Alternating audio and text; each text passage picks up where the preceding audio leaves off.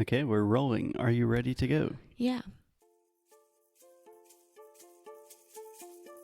Hello, Alex aqui. Então, antes de começar esse episódio, eu quero dar algumas atualizações sobre o Inglês no Cru. Em 2020, nós vamos ter 12 challenges diferentes, ou seja, é um novo produto completamente diferente para vocês.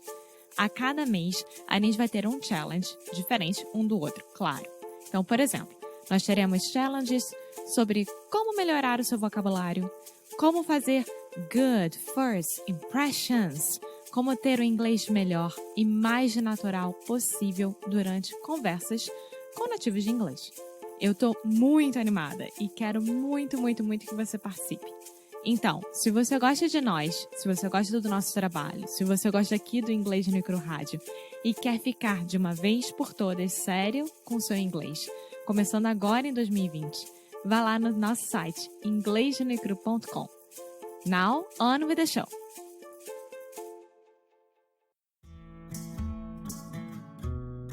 Welcome!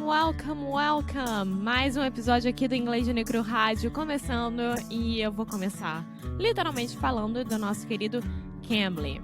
Cambly é uma plataforma de inglês online que você pode achar professores da língua nativa do inglês 24 horas por dia. E você que é básico, avançado ou intermediário pode fazer o Cambly. É só ir lá no cambly.com ou no aplicativo do Cambly e colocar o nosso cupom inglesnuecrupodcast e começar ainda hoje uma aula de graça com Cambly e testar essa plataforma. Você que ainda tem dúvidas sobre o que fazer no Cambly ou coisa parecida, é muito fácil. Você vai lá, se inscreve, vai ter um professor online, coloca nosso cupom e começa ainda hoje uma aula. Então é isso, gente. Aproveitem, né? Inscrevam-se ainda hoje e depois conta pra gente como é que foi, tá bom?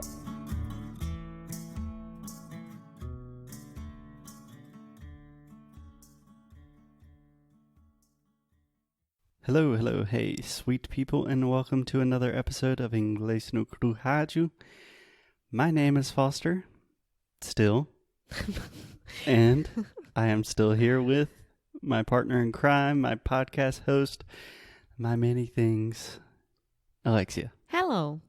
How you doing, Alexia? I'm fine. What about you? I'm doing wonderfully, and today we are going to talk about silence. Silence. What? Silence. Are you doing this on purpose? It's a silent podcast. It's an audio experiment. No, so we are going to talk about silent. That was horrible. One day people will enjoy my jokes. Okay, so what I wanted to talk about, Alexia, are silent letters in English. As we know, as I have talked about many times on the podcast before, and especially forcefully recently, English is not a phonetic language, which means the way we write in English doesn't really help us understand the way we pronounce things. Isn't that right? Yes, that's right. Okay, cool. So can you think of any silent letters in English? Yes, there is one that I always think about that people will read and they make the mistake. It's not their fault, obviously, of saying wrong, that it's island. Island. Yeah. And what is the silent letter, or what is the mistake that people make? Iceland. Yes. Yeah. So. Or Island. I don't know. Yeah. So the word island, Ilia, is I-S-L-A-N-D. So there is an S right there in the beginning, but we don't say that. So this is kind of similar to Iceland, the country, Islandia, right? Yes. But with Iceland, we do pronounce the S sound. But it's not an S, it's a C. Yes, correct. So we say island. Very similar to that, we also have the word isle, which is I-S-L-E. Which, for those who are... Which, for those who are travelers, they know already that the aisle and the window, that you can choose their seats. No, this is actually different. No, it's not. This is different. So we have the word aisle, which is like a fancy version of island, like the British Isles. It's not very common, but we do say this. And then we have the word aisle with the exact same pronunciation. So these are homophones, which we talked about in episode 141, Homophones Explained. I could be wrong. We will put it in the show notes. But we also have the word aisle, which is AISLE, which is what you're talking about. Yeah, that's what I was talking about. Yeah. Yeah. So why did you say that it's a different one when I said the aisle, corredor, and window? Because we have the word aisle with an A in the beginning. And that could be corredor. That could be a grocery aisle, like the aisles in a grocery store, right? The different sections. But we also have the word aisle with no A in the beginning. And that just means an island. It's a fancy way to say island. Okay. Does that make sense? Yeah. Okay. Great start. So that's probably one of the most classic examples, but there are many other examples of words where we have a silent S. Do you want me to give you a few examples? I know that English use French words for a lot of things as well. So there is one makeup brand that it's called Bourjois, that it's from L'Oreal, and bourgeois. Yeah, Bourjois. Bourjois. That's a makeup brand? Yeah.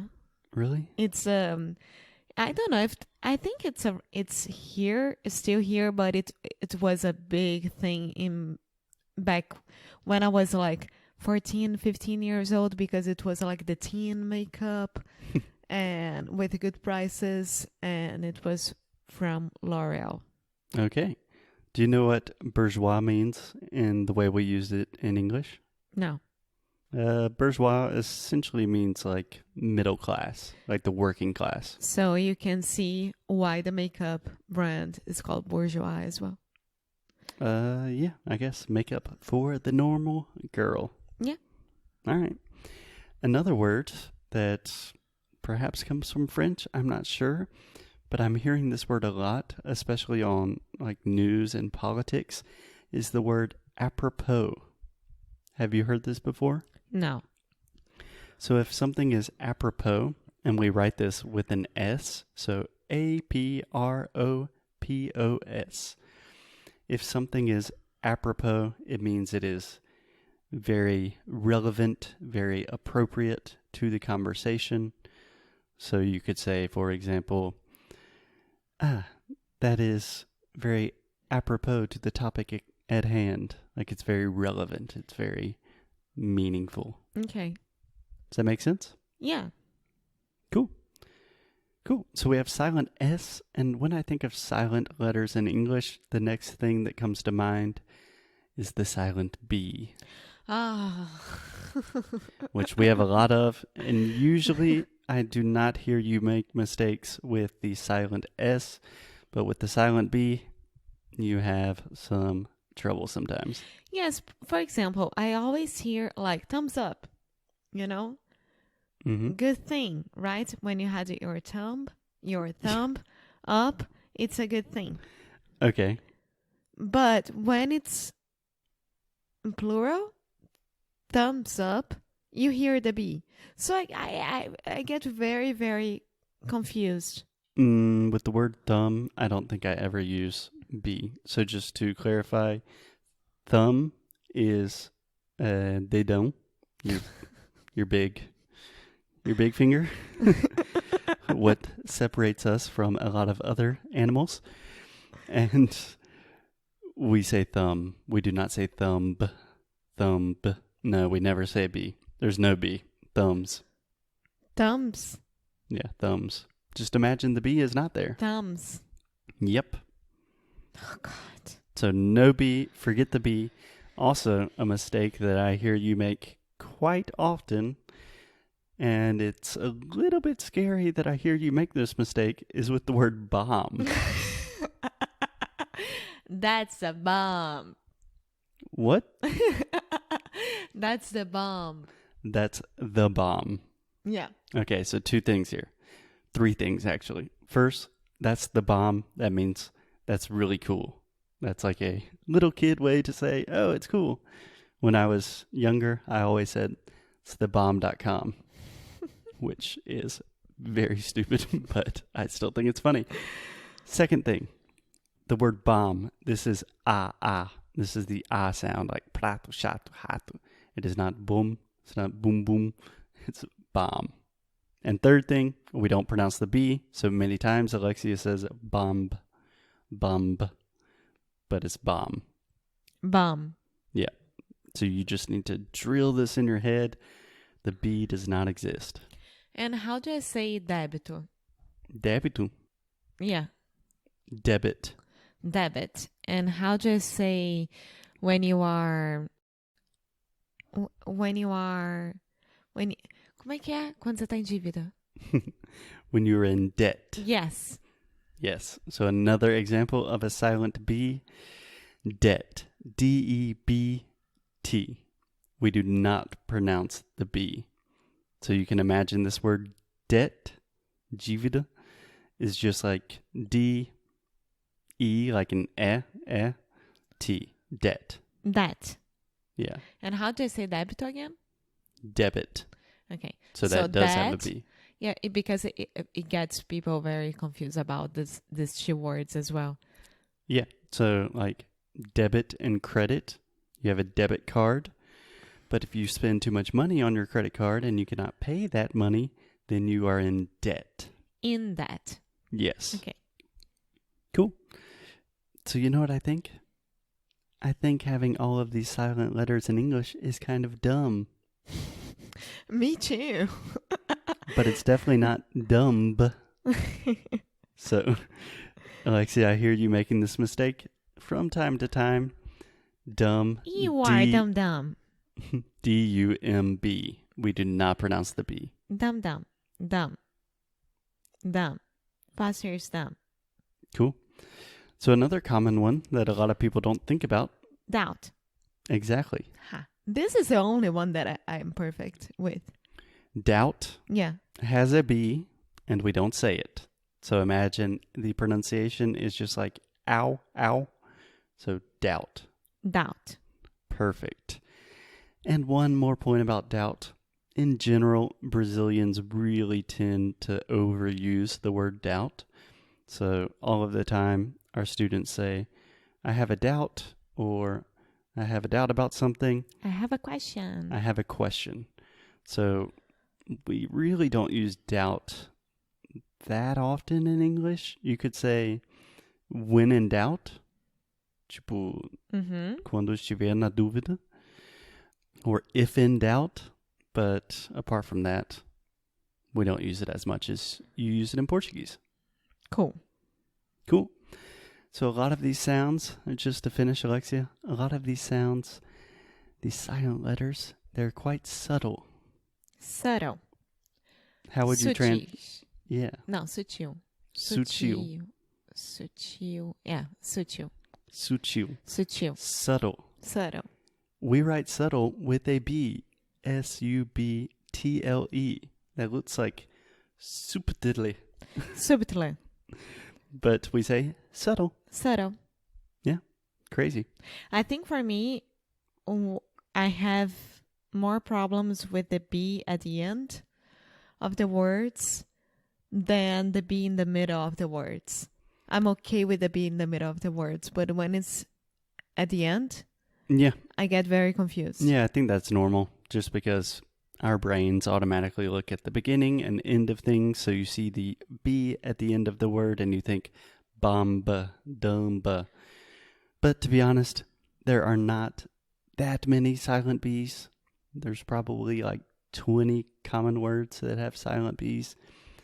So just learn them. Learn the ones that are difficult for you, and then you're done forever. You don't have to worry about them ever again. Okie dokie. Does that sound good? Yes, it does. Okay, awesome. We will talk to you guys tomorrow. Bye! Muito obrigada por ter escutado mais um episódio aqui do nosso Inglês de Necro Rádio.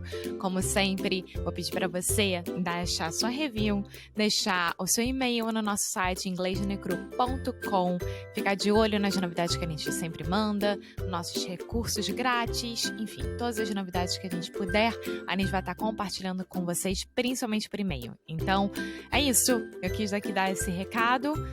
Como sempre, obrigada pelo suporte e a gente se vê no próximo episódio, tá bom? Bye!